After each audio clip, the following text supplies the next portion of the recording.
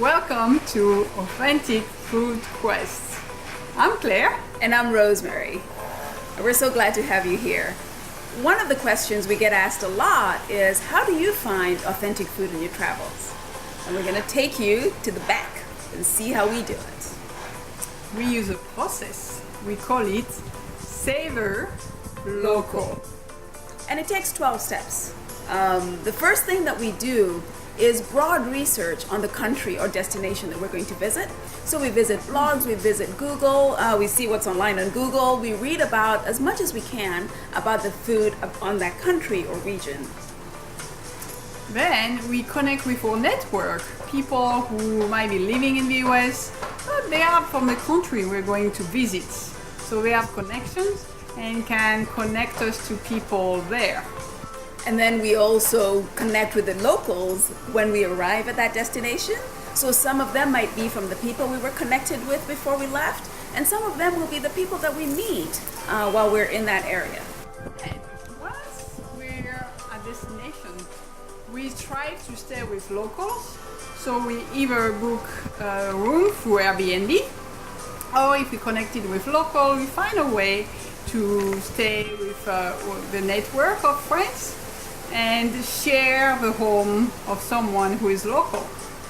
And the reason that we do this is that so that we can be able to see their local food habits. So it's visiting the markets, which is one of the steps that we do. It's also visiting the local stores where they shop. So all of this, by staying with them and visiting where they shop, we have a good understanding of the food and the food culture. Also, once we are there, we're on the network, the local network, so we get to see who are the bloggers locally. We research them. We also look at what are the local food resources, the typical Yelp of the region we're in. And then when we're there, now we're at step 8, we meet with the local experts.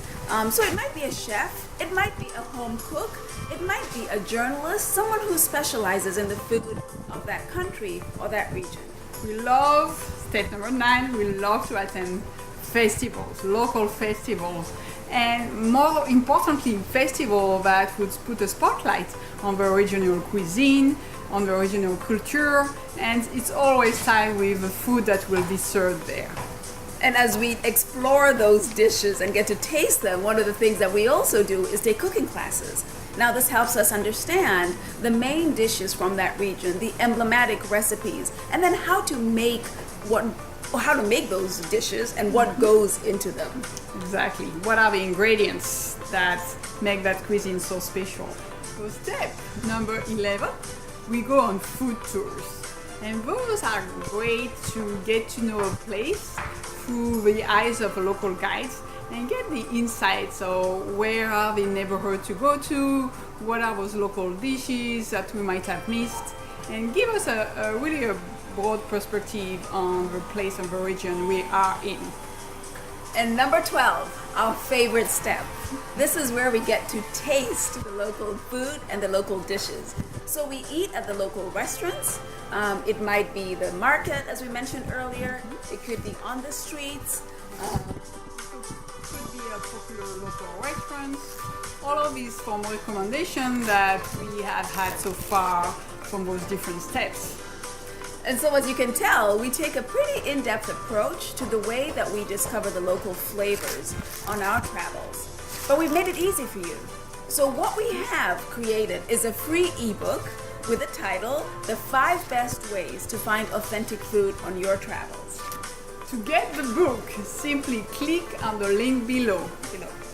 It says how to find authentic food on your travels. It will open up a new page with more stories to whet your appetite and a link to download the book, the free ebook, to get your best 5 ways to find your authentic food on your travels. So for your next trip, no matter the distance, savor local. Savor local. Thank you. Thank you.